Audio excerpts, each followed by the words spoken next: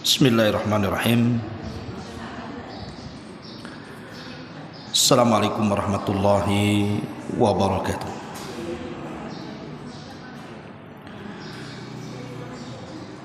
Alhamdulillah wassalatu wassalamu ala Rasulillah wa ala alihi wa sahbihi wa mawalah. Wa la hawla wa la quwwata illa billahi wa ba'd.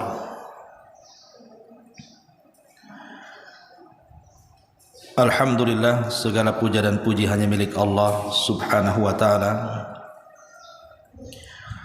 Salawat dan juga salam kita hadiahkan kepada Rasul kita Nabi besar Muhammad sallallahu alaihi wa ala alihi wasallam. Alhamdulillah, di pagi menjelang siang ini bisa duduk kembali untuk bertalabul ilmi.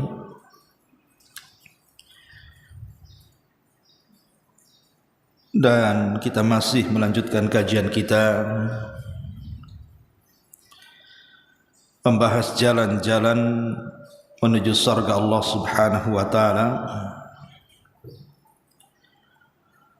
di mana pagi menjelang siang ini kita akan membahas tentang meraih berkah di dunia, tentu untuk keberkahan kita di akhirat kelak. Ma'asyiral muslimat yang dimuliakan Allah subhanahu wa ta'ala,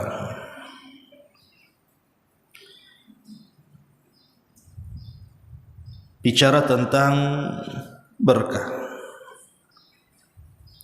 semua manusia di alam semesta ini, saya, ibu atau siapapun,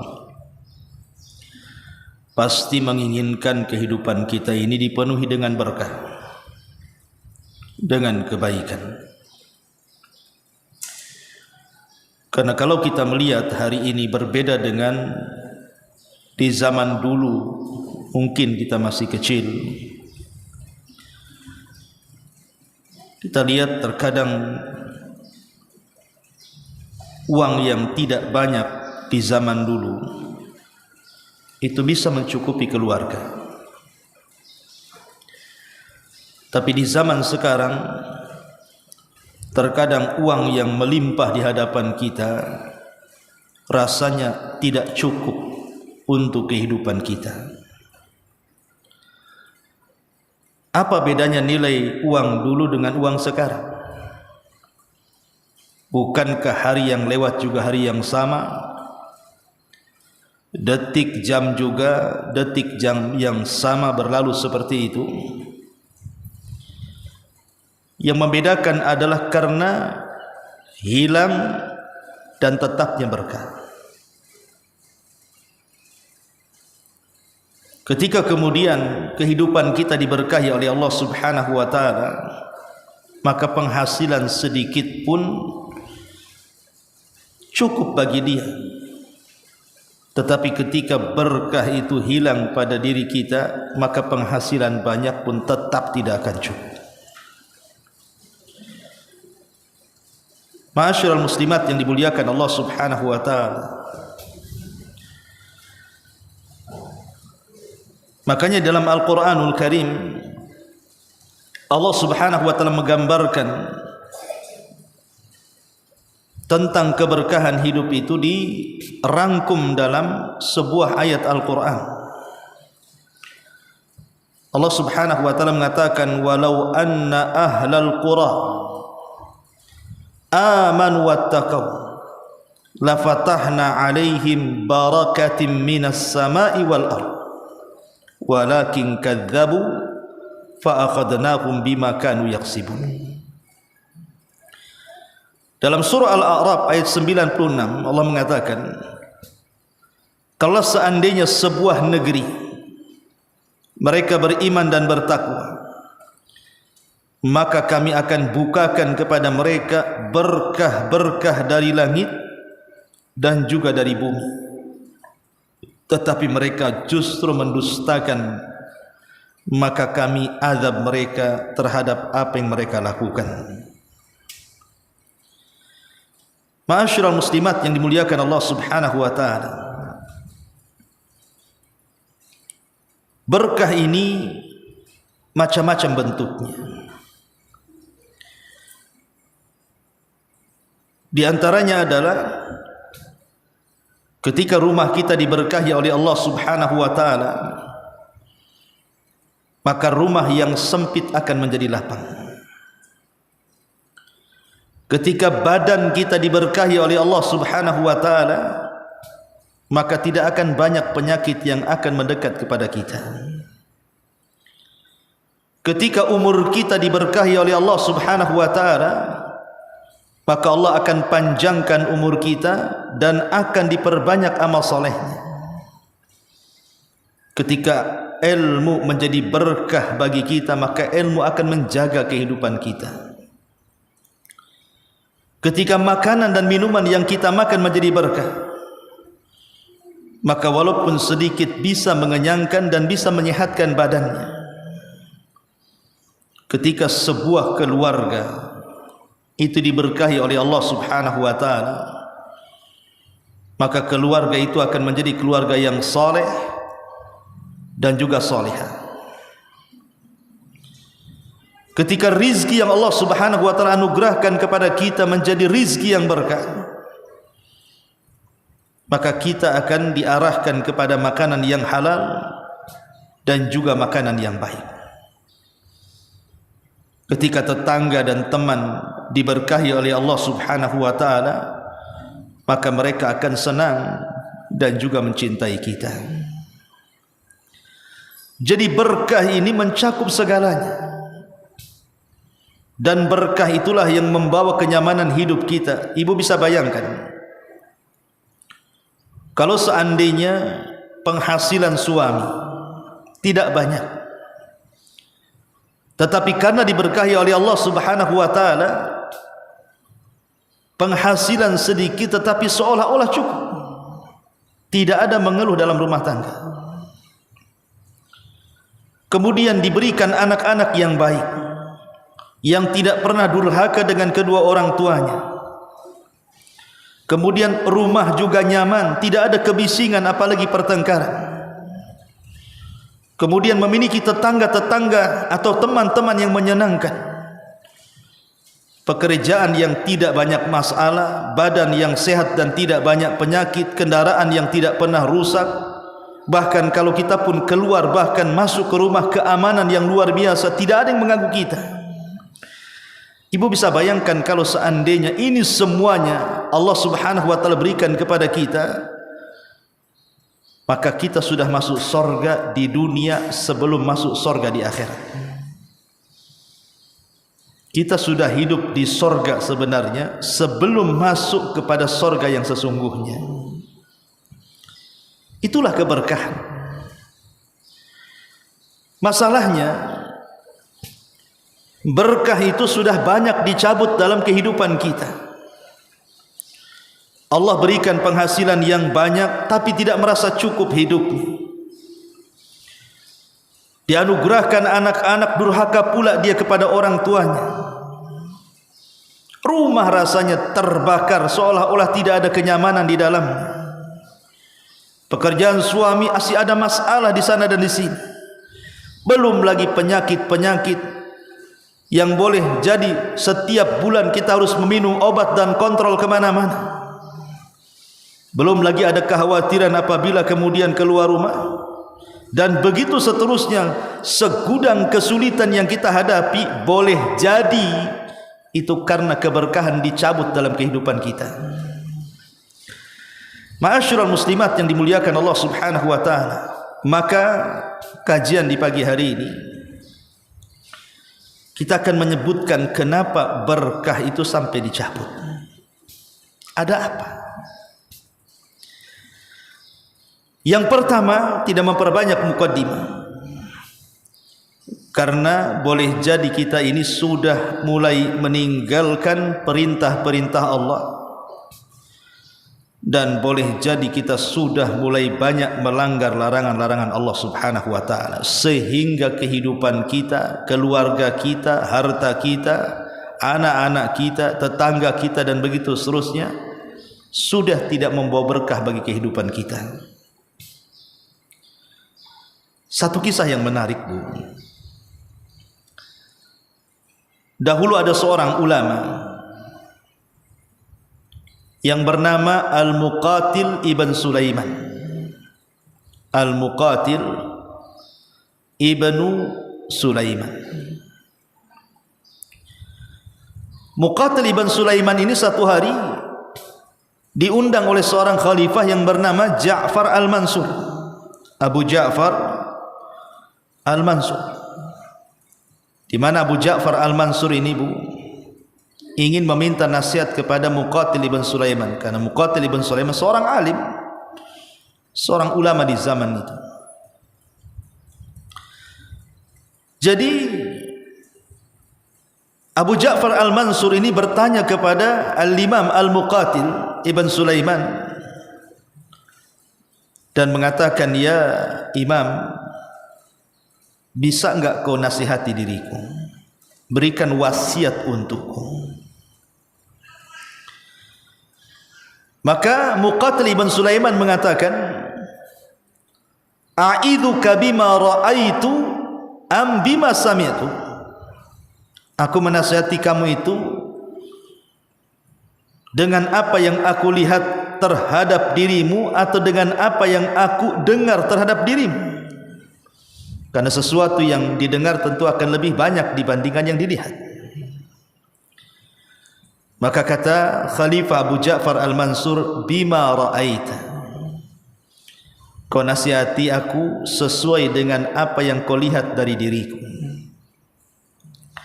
Kemudian Muqatil ibn Sulaiman mengatakan, "Ya Amiral Mukminin, inna Umar ibn Abdul Aziz anjaba ahada asyara waladan wa taraka 18 dinaran kuffina bi khamsati dananir washturiya lahu qabrun bi 4 dananir wa wuzi al-baqi ala abna'ihi."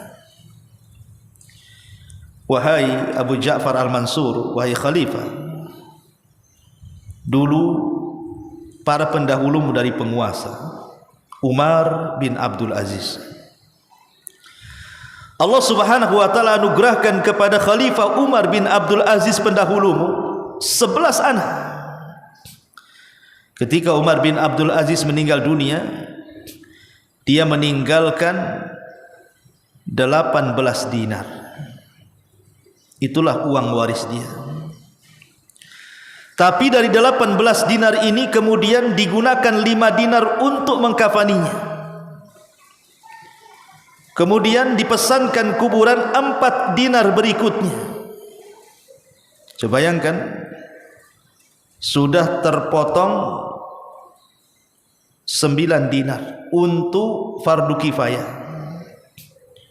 Berarti sisanya tidak sampai 10 dinar, hanya 9 dinar. Itulah yang menjadikan warisan bagi anak-anaknya, padahal Umar bin Abdul Aziz itu khalifah. Dan Umar bin Abdul Aziz adalah khalifah yang paling adil. Tidak ada orang miskin di zamannya. Sampai orang-orang yang mau sedekah bingung mencari orang yang akan disedekahkan, karena tidak ada yang menerima, saking adilnya di zaman itu. Tapi ketika Umar bin Abdul Aziz rahimahullahu ta'ala meninggal dunia, dia hanya menyisakan dari hartanya 18 dinar. Yang 9 dinar digunakan untuk fardu kifayah, sisanya itulah waris untuk anak-anaknya. Kemudian Muqatil ibn Sulaiman membandingkan dengan khalifah yang lainnya, Hisham ibn Abdul Malik, khalifah sebelumnya.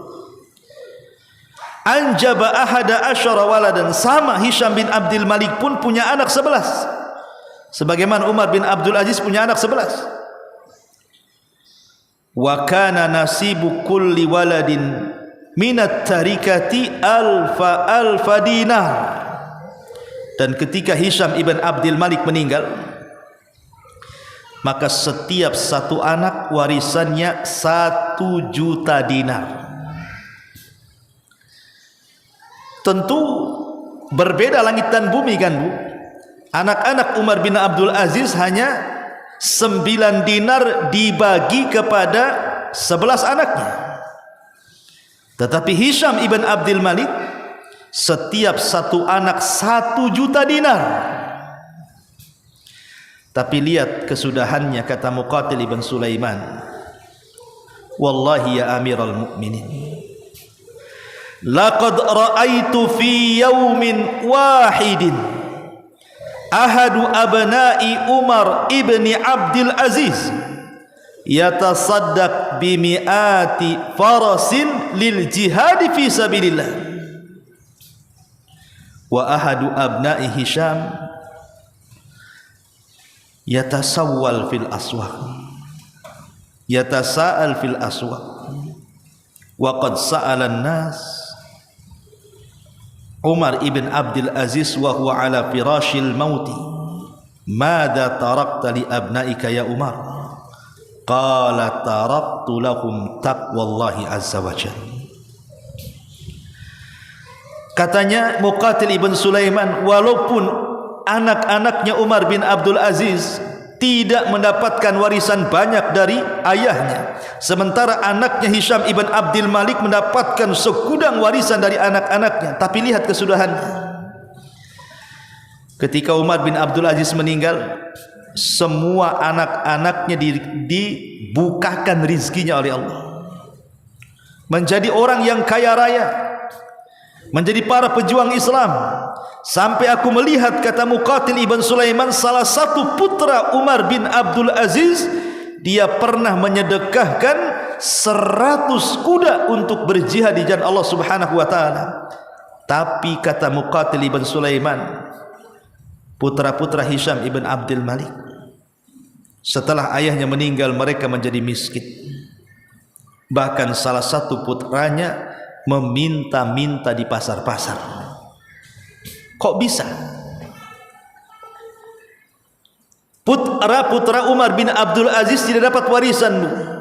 9 dinar itu dibagi ke 11 orang kan? Tetapi setelah meninggal Umar bin Abdul Aziz, mereka kaya raya. Tetapi Hisham ibn Abdul Malik sama-sama khalifah.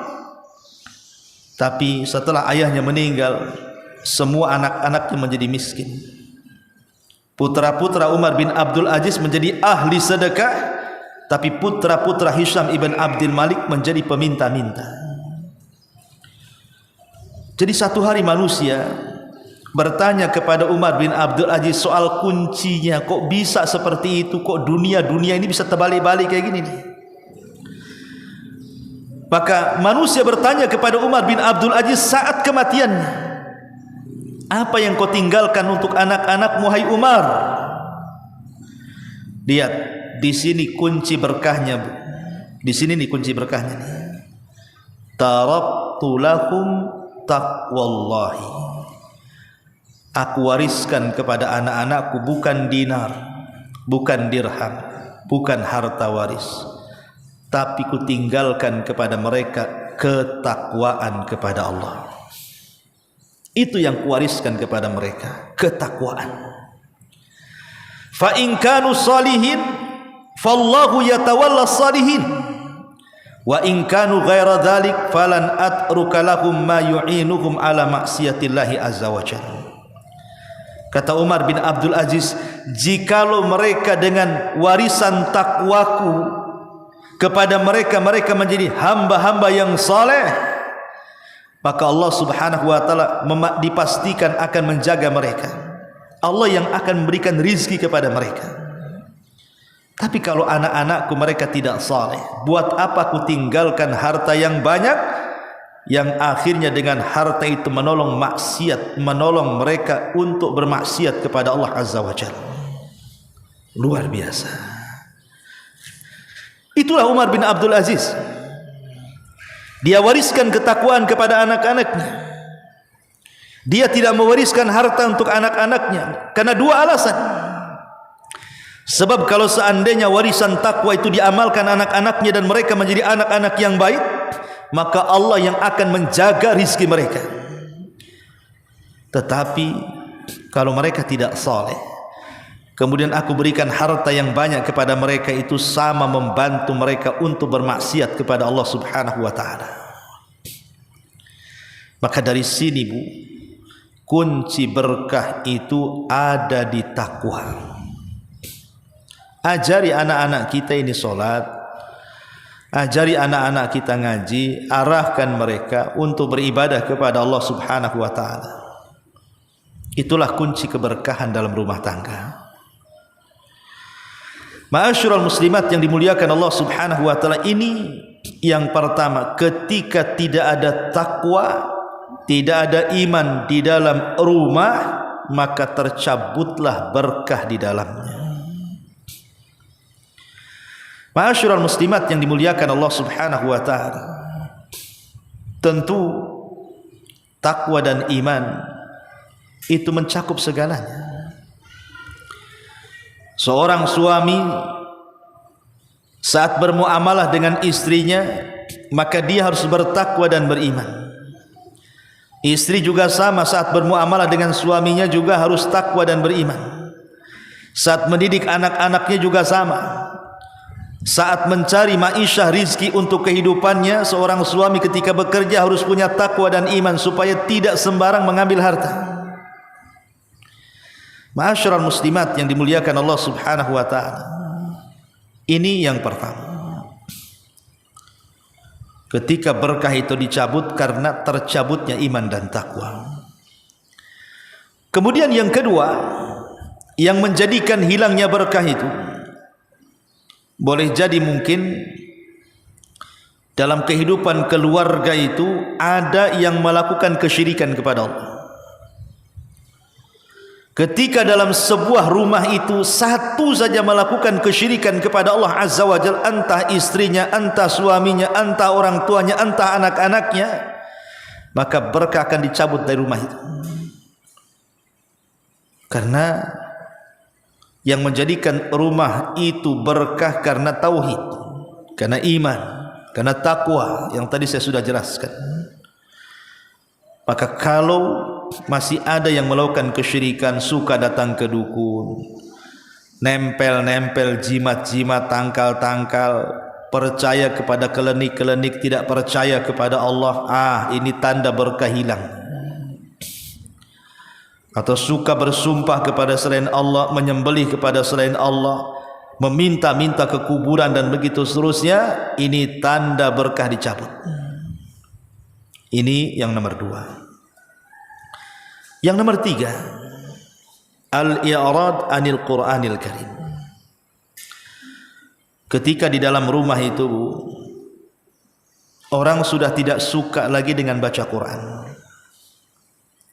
maka dipastikan rumah itu seperti rumah orang mati.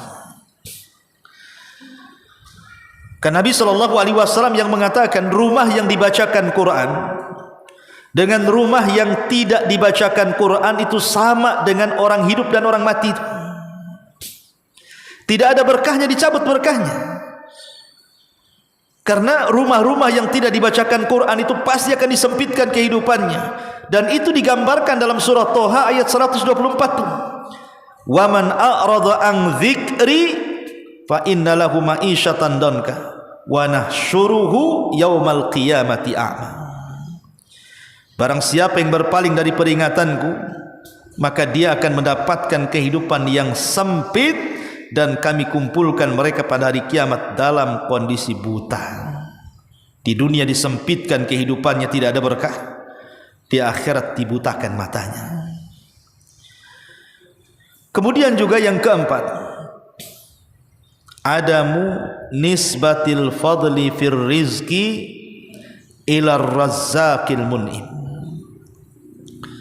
Tidak menasabkan nikmat rizki itu kepada yang memberikan rizki kepada kita.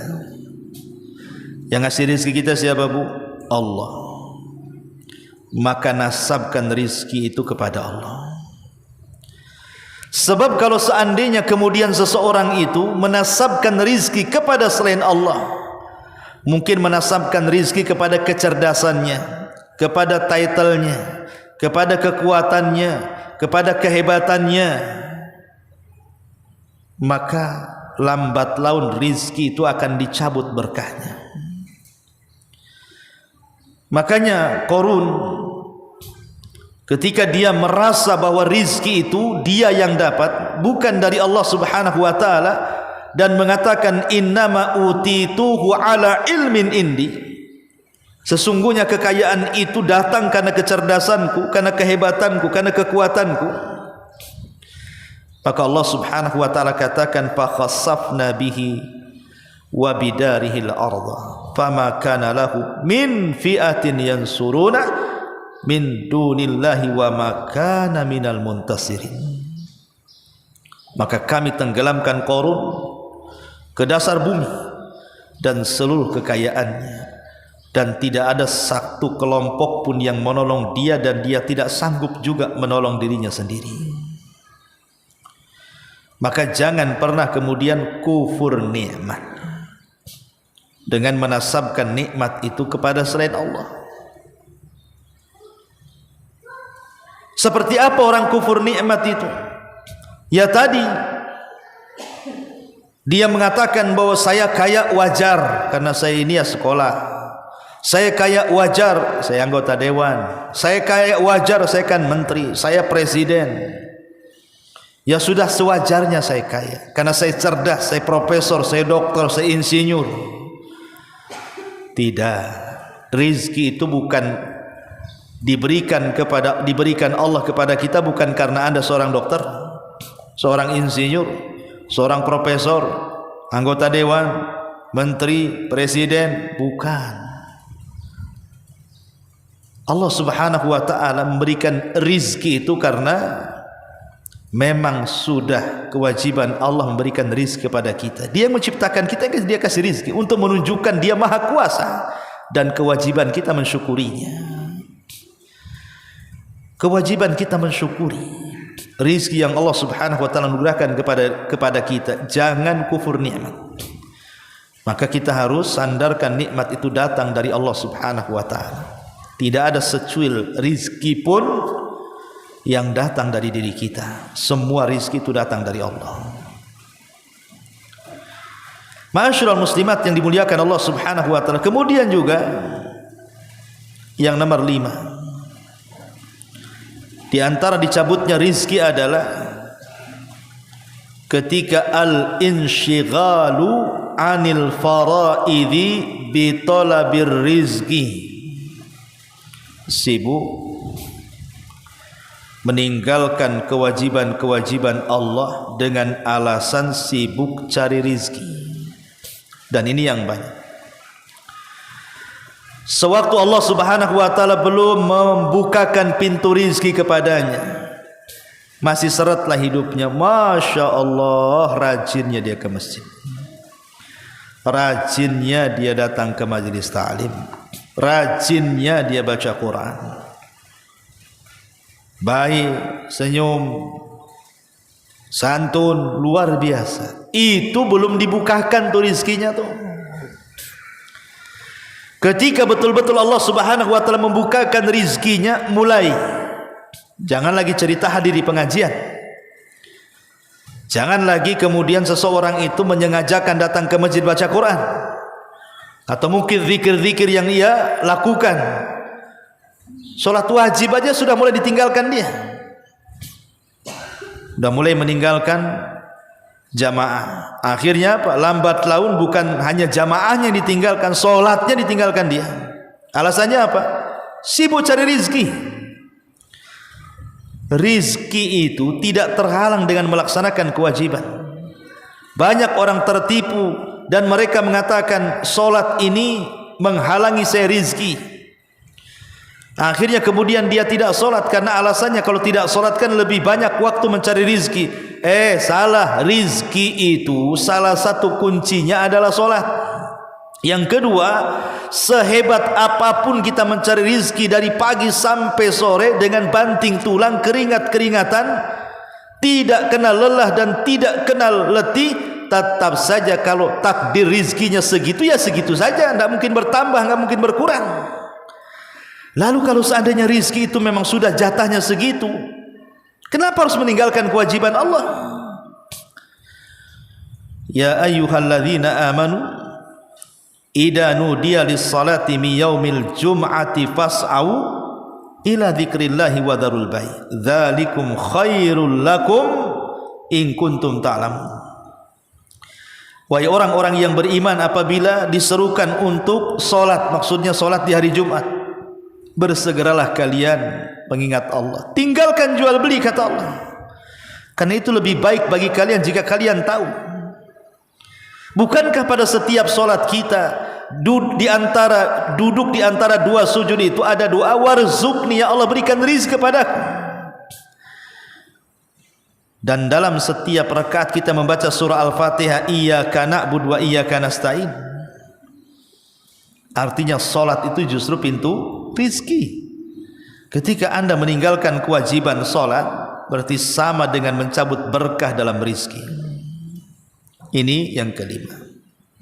Yang keenam, tarku ikhrajiz zakat, tidak mau menjalankan atau mengeluarkan zakat, bakhil. Dalam sebuah hadis Nabi SAW mengatakan, walam yamna'u zakata amwalihim illa muni'ul qatra minas sama' walaulal bahaim lam yumtar. Ketika manusia sudah menahan zakat-zakat harta mereka, kecuali akan dicegah turun hujan dari langit. Kalau bukan karena binatang, tentu Allah tidak akan menghujaninya. Ma'asyiral muslimat yang dimuliakan Allah Subhanahu wa taala, ingat bahwa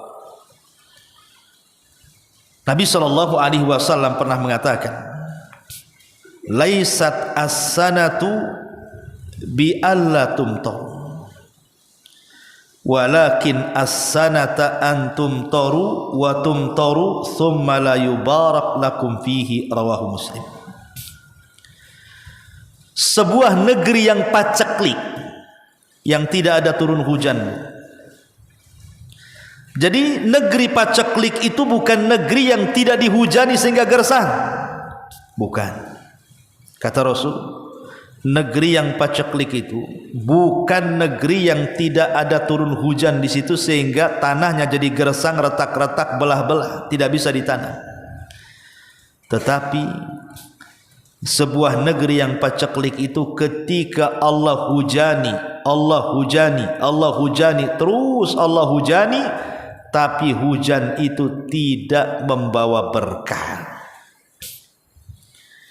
Itu maksudnya. Ya, memang turun hujan, tapi tidak bawa berkah. Yang dulunya mungkin panen itu setahun bisa 3 kali, kemudian juga hasilnya membahagiakan dan mencukupkan. Sekarang boleh jadi mungkin setahun itu panen sekali atau 2 kali, itu pun tidak mencukupkan. Seperti yang saya katakan di awal tadi, dulu perasaan uang 10.000 itu bagaikan uang 100 juta hari ini. Dulu ya kan, zaman baheula bukan. Kayaknya uang punya 10.000 itu wah udah luar biasa, kebeli segalanya tuh. Sekarang punya uang 100.000, 1 juta sekalipun, jadi apa coba? Nggak jadi apa-apa sekarang. Itulah karena uang dulu itu sedikit tapi berkah, sekarang uang banyak tapi tidak berkah tuh. Ma'asyiral muslimat yang dimuliakan Allah Subhanahu wa taala, makanya jangan bakhil. Karena sedekah, zakat dan yang semacamnya itu pembawa berkah. Terkadang para ulama dulu untuk mencari keberkahan dari sedekah itu, terkadang di antara mereka meniatkan sedekah itu untuk mengobati penyakit. Seperti yang dilakukan siapa? Imam Hakim Sahibul Mustadrak. Dia punya penyakit badan. Dia sudah berusaha datang ke dokter ini, dokter itu, tapi tak kunjung sembuh. Akhirnya dia coba datang ke majelisnya seorang alim di zamannya, Al-Imam As-Sabuni rahimahullahu taala. Kemudian Imam Hakim sahibul Mustadrak itu mencoba bertanya kepada Imam As-Sabuni soal penyakit yang dideritanya, agar Imam Sabuni ikut mendoakan kesembuhan bagi dia dan jamaah yang hadir di majelis itu. Allah takdirkan Imam Sabuni ngomong sama jemaah agar ikut mendoakan kesembuhan Imam Hakim. Tiba-tiba keesokan harinya, dari sekian jamaah yang hadir di majelis taklim itu ada seorang wanita salehah bermimpi didatangi malaikat, kemudian dititipi pesan agar dibilangkan kepada Imam As-Sabuni untuk disampaikan kepada Imam Hakim, kalau ingin sembuh penyakitnya bersedekahlah. Akhirnya kemudian disampaikanlah kepada Imam As-Sabuni. Akhirnya Imam As-Sabuni menyampaikan kepada Imam Hakim agar dia bersedekah air, cari tempat yang berhajat untuk air, bersedekahlah air di situ. Akhirnya kemudian Imam Hakim berusaha untuk mengikuti arahan Imam As-Sabuni. Setelah dia ada tempat yang layak untuk disedekahkan air, dia gali sumur dalam-dalam di situ. Kemudian setelah keluar airnya, maka disedekahkan airnya kepada warga yang di sekitarnya. Tidak kurang dalam beberapa waktu setelah peristiwa itu, Allah sembuhkan penyakit Imam Hakim. Dan ini kasusnya sama dengan seseorang yang datang kepada Abdullah ibn Mubarak. Dia mengalami sakit, kemudian kata Imam Al-Mubarak ini, bersedekah dengan air. Akhirnya laki-laki ini bersedekah dengan air, kemudian Allah sembuhkan penyakitnya. Tetapi tentu bersedekah dengan niat untuk menyembuhkan sudah pernah saya bahas, dan bisa dilihat di YouTube ya, Humairah channel New, ada New-nya ya. Nah, di situ saya bahas tentang macam mana caranya bersedekah supaya membawa berkah dan obat untuk penyakit. Saya panjang lebar saya jelaskan di situ. Taib. Kemudian yang nomor 6, kenapa berkah itu bisa dicabut? Az-dzunubu wal ma'asi. Karena banyak melakukan dosa dan banyak melakukan maksiat kepada Allah Azza wa Jalla. Ketika Allah Subhanahu wa taala menceritakan orang-orang Yahudi Bani Israel, Allah mengatakan fabidzulmi minal ladzina hadu harramna alaihim at-thayyibat uhillat lahum. Karena kezaliman mereka orang-orang Yahudi, maka kami haramkan kepada mereka kebaikan-kebaikan. Karena kezaliman mereka, Allah haramkan kebaikan-kebaikan yang harusnya Allah timpakan kepada mereka. Kenapa? Karena dosa dan maksiat tadi. Makanya kalau dalam rumah tangga, dalam sebuah rumah, kehidupan dalam rumah itu sudah ada 1-2 yang bermaksiat, hati-hati, berkah hilang nanti. Makanya kenapa Allah melaknat seorang suami yang membiarkan keluarganya bermaksiat, bahkan disebut dayuth. Karena dia yang menjadikan berkah dalam rumah itu dicabut karena maksiat salah satu keluarganya, entah anaknya, entah istrinya, entah orang tuanya, entah orang-orang yang dekat yang ada di rumah itu. Jangan biarkan kemaksiatan dalam rumah. Dan di hari ini subhanallah, kemaksiatan itu sulit dihindari. Dulu tempat yang paling aman dari maksiat dan dosa itu 2, kalau tidak rumah, masjid. Zaman dulu gitu ya. Tapi zaman sekarang dua-duanya sudah tidak aman lagi. Di masjid tidak aman, di rumah lebih tidak aman lagi. Semua maksiat ada di rumah itu. Apa yang tidak ada maksiat dalam rumah itu? Semua ada. Kalau dulu kita melihat aurat itu kalau keluar rumah, sekarang dalam rumah saja bisa lihat aurat lewat YouTube, Facebook, Instagram. Bahkan ibu pula main TikTok pula di situ. Dalam rumah juga. Ya, nyanyi-nyanyi, buka-buka aurat dalam rumah, enggak punya malu, hilang rasa malunya. Sudah dicabut perasaan malunya itu, coba bayangkan. Kalau dulu ghibah itu Bu, harus keluar rumah dulu kan, mau gibah sama tetangga itu, nanti ngumpul di rumah si Anu. Sekarang gibah tidak perlu datang ke rumah, cukup gabung di grup WA. Subhanallah, ghibahnya udah lewat grup sekarang ini. Cukup ibu nyantai duduk di rumah, ada teh O di situ, ya bu ya, sama cemilannya, ada ketak ketik di situ kan. Gibahnya nggak perlu lagi ke tetangga, di rumah ada gibah tuh. Kalau dulu orang itu mau datang ke dukun bu, jauh, kadang-kadang ke perbatasan desa, kadang di gunung-gunung. Dukun zaman dulu kan gitu bu, hidupnya di lereng-lereng, nanti masuknya takut, ada tengkorak di situ, macam-macam. Mikir-mikir orang dulu itu masuk. Sekarang banyak dukun online bu, cukup di rumah saja bu. Konsultasi ke dukunnya lah cukup di rumah saya lihat, syirik aja masuk di situ. Apa yang tidak? Kalau dulu umpamanya mau maksiat itu bu, mau beli khamar, mau beli apa gitu ya kan, kita harus keluar sembunyi-sembunyi takut ketahuan. Sekarang COD bu, bisa datang ke rumah, mabuk sendiri kamar mandi ya. Naudzubillah, nggak aman lagi rumah ini, hilang berkahnya di situ, semua maksiat ada. Ma'asyiral muslimat yang dimuliakan Allah Azza wa Jalla, kalau seandainya rumah sudah dijadikan ajang kemaksiatan, tidak akan berkah. Ada seorang muslimah, rawatannya bukan kucing, anjing pula dirawat di rumah. Anjing, coba malaikat rahmat gak akan masuk. Belum lagi foto-foto yang dipajang gitu kan, patung-patung dan yang semacamnya. Ini menghilangkan berkah. Belum lagi kemudian Quran diganti musik. Ada rumah itu dari pagi sampai sore ngegedur itu musik itu, masya Allah. Nggak ada bacaan-bacaan Qurannya. Macam mana rumah kayak gini akan berkah coba? Adzunubul ma'asi. Ini yang ketujuh. Yang kedelapan, muamalah yang tidak disaring, seperti memakan riba. Riba ini bisa menghilangkan berkah. Yamhaqullahu riba wa yurbi shadaqat, kata Allah. Allah yang akan menghilangkan berkah karena riba, dan yang membawa berkah adalah sedekah. Jadi berkah dicabut karena riba, berkah ditambah karena sedekah.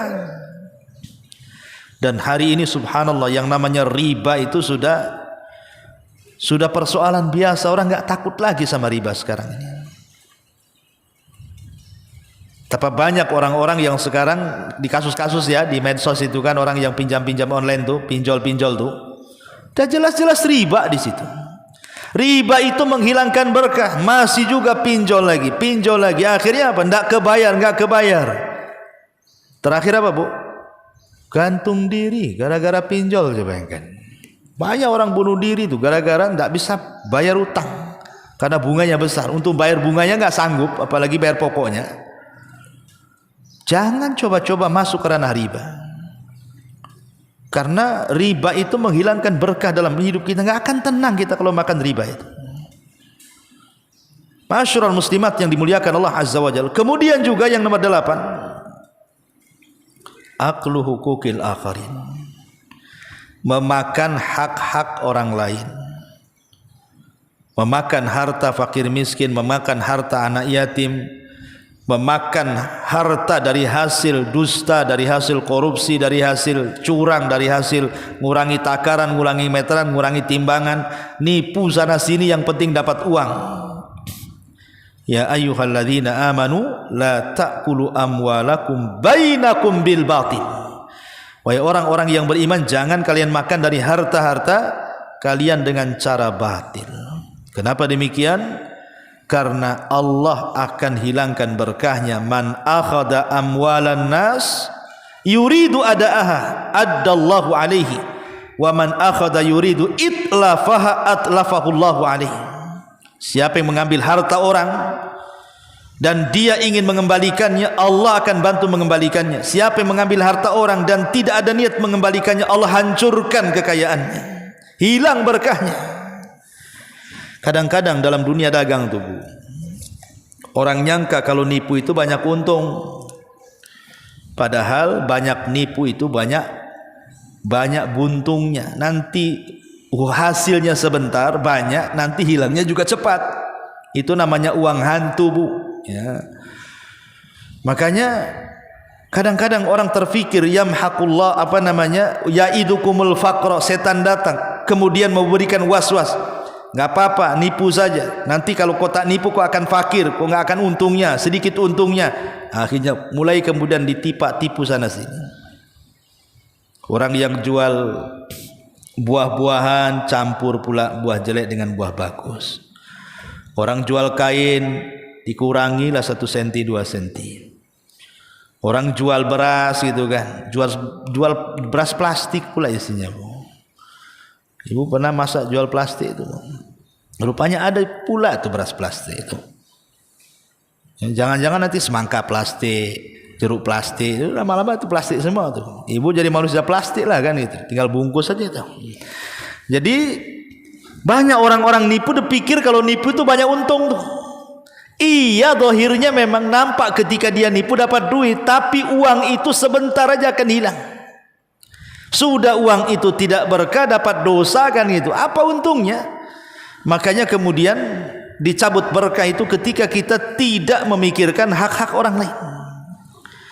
Kemudian yang nomor 9, al-kadhibu wal ihtikar. Berdusta, nimbun, ya. Ihtikar itu artinya tukang timbun. Ketika barang banyak dibelinya ditimbun-timbun, nunggu barang langka baru kemudian dijual. Itu ihtikar, enggak akan berkah tuh. Ataupun dusta, ya. Termasuk juga al-hasad wal bughdul akharin. Hasad ini, Bu, itu menjadikan hidup kita tidak berkah. Karena memandang orang itu capek, Bu. Di mana enggak capek coba? Tetangga buat rumah, kepala tetangga tenang, kepala kita pula yang pusing. Coba bayangkan ya. Nanti tetangga nih habis buat rumah, beli mobil, gigi tetangga bagus, gigi kita pula sakit, Bu. Kita yang sakit gigi nengok tetangga tuh. Nanti tetangga nih, Bu, mulai dia naik mobilnya, Bu, kita pula naik ambulan. Udah mulai itu. Itu orang hasad kayak gitu, Bu. Mulai pening kepala, sakit gigi, terakhir kita dibawa ambulan. Tetangganya enak lah. Dia bisa bangun rumah, dia bisa beli mobil, dia bisa naik mobil. Dia sehat, kita setruk. Itulah orang hasad. Orang hasad itu nggak akan berkah. Otak kita stres kan itu kan, asik nengok orang aja yang bukan hak milik kita. Gak perlulah kita nengok-nengok orang, cukuplah. Itu kata Rasul kepada Abu Hurairah, irdha bima qasamallahu lak takun aghnan nas. Irdha bima qasamallahu lak takun aghnan nas. Qanaahlah, redha dengan pemberian Allah Subhanahu wa taala, maka engkau akan menjadi manusia yang paling kaya hati. Ya. Orang senang itu dari dohirnya aja, Bu. Ada orang kaya itu dohirnya saja. Kadang-kadang mereka masalahnya lebih banyak daripada kita. Maka kalau kita mau qanaah, redha dengan pemberian Allah, berkah hidup kita, Bu. Karena asal kekayaan itu dalam hati, bukan di badan, bukan pula di harta. Kemudian al-ghish fil mizan. Nomor 10, al-ghish fil mizan. Jangan suka ghish di situ, melakukan penipuan dalam timbangan. Kata Nabi SAW, walam yankusul mikyala wal mizan illa ukhidhu bisinin wa syiddatil maunati wa jawri sultani alaihim. Ketika para pedagang itu sudah mulai mengurangi takaran timbangan, kecuali mereka akan ditimpakan paceklik yang hebat, susah ekonomi, dan pemimpin-pemimpin yang zalim. Bayangkan, satu dosa azabnya 3. Satu dosa azabnya 3. Dosanya cuma 1, ngurangi takaran, ngurangi timbangan, curang dalam dagang. Tapi Allah lihat, berikan azab 3. 1, paceklik yang berkepanjangan walaupun hujan tidak berkah. 2, susah ekonomi, cari kerja susah di mana-mana. 3, dipimpin atau diutus pemimpin-pemimpin yang zalim, yang akan menzalimi rakyatnya. Naudzubillah. Tanda tidak berkah itu namanya ya. Kemudian juga yang nomor 11, adamut tawakkul 'ala Allah. Kurang tawakal. Dipenuhi dengan perasaan takut. Takut kalau tak makan, takut kalau tak minum, takut kalau tak begini, tak begitu. Tidak tawakal kepada Allah. Lau annakum tatawakkaluna 'ala Allah haqqa tawakkuli laruziktum kama yurzaqut thair taghdu himasan wa taruhu bitanan, kata Rasul. Kalau kalian bertakwa, betul-betul bertakwa kepada Allah, maka kalian akan diberikan rizki seperti burung diberikan rizki, keluar dari sangkarnya lapar tapi pulang sudah kenyang dan bisa memberi makan anak-anaknya. Itulah tawakal kepada Allah Azza wa Jalla. Kemudian juga yang nomor 12, qillatul istighfar. Ketika jarang kita mengucapkan istighfar, maka ini berkah akan hilang.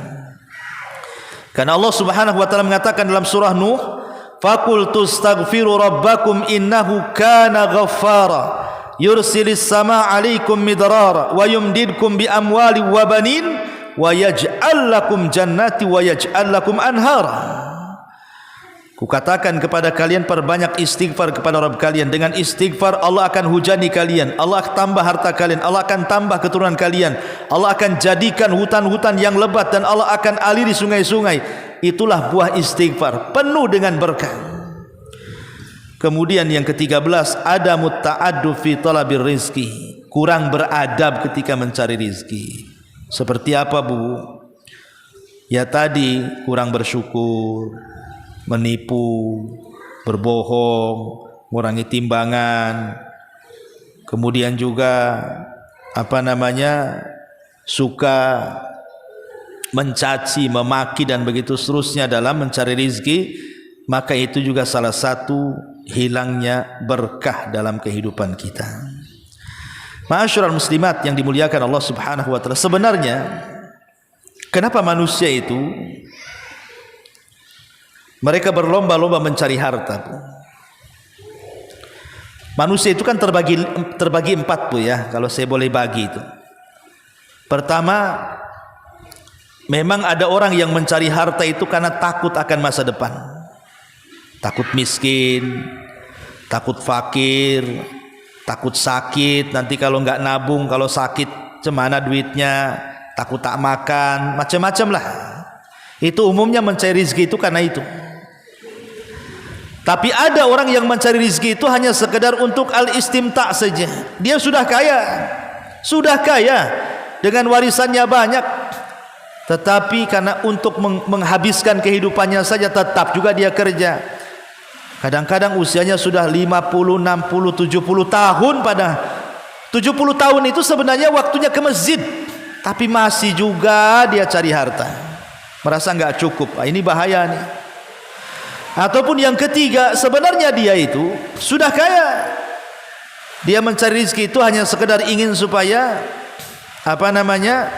ingin dikenal orang saja. Dia seorang pengusaha dan begitu seterusnya. Hanya dia nggak butuh rezeki itu sebenarnya, karena dia hanya popularitas saja. Tetapi tiga-tiganya sebenarnya kurang tepat. Yang tepat adalah yang keempat. Kita mencari rezeki itu memang untuk supaya kita tidak kelaparan, tidak meminta-minta. Tapi lebih daripada itu, kita mencari rezeki itu untuk menopang dunia dan agama kita. Itu sebenarnya inti daripada mencari rezeki itu. Wallahu a'lam bishawab. Karena sudah hujan juga di luar, semakin bising juga di di atas, tentu kurang dengar juga kita ya. Maka kajian kita hentikan. Subhanakallah bihamdika asyhadu an la ilaha illa anta astaghfiruka wa atubu ilaik. Allahu ta'ala a'lam. Assalamualaikum warahmatullahi wabarakatuh.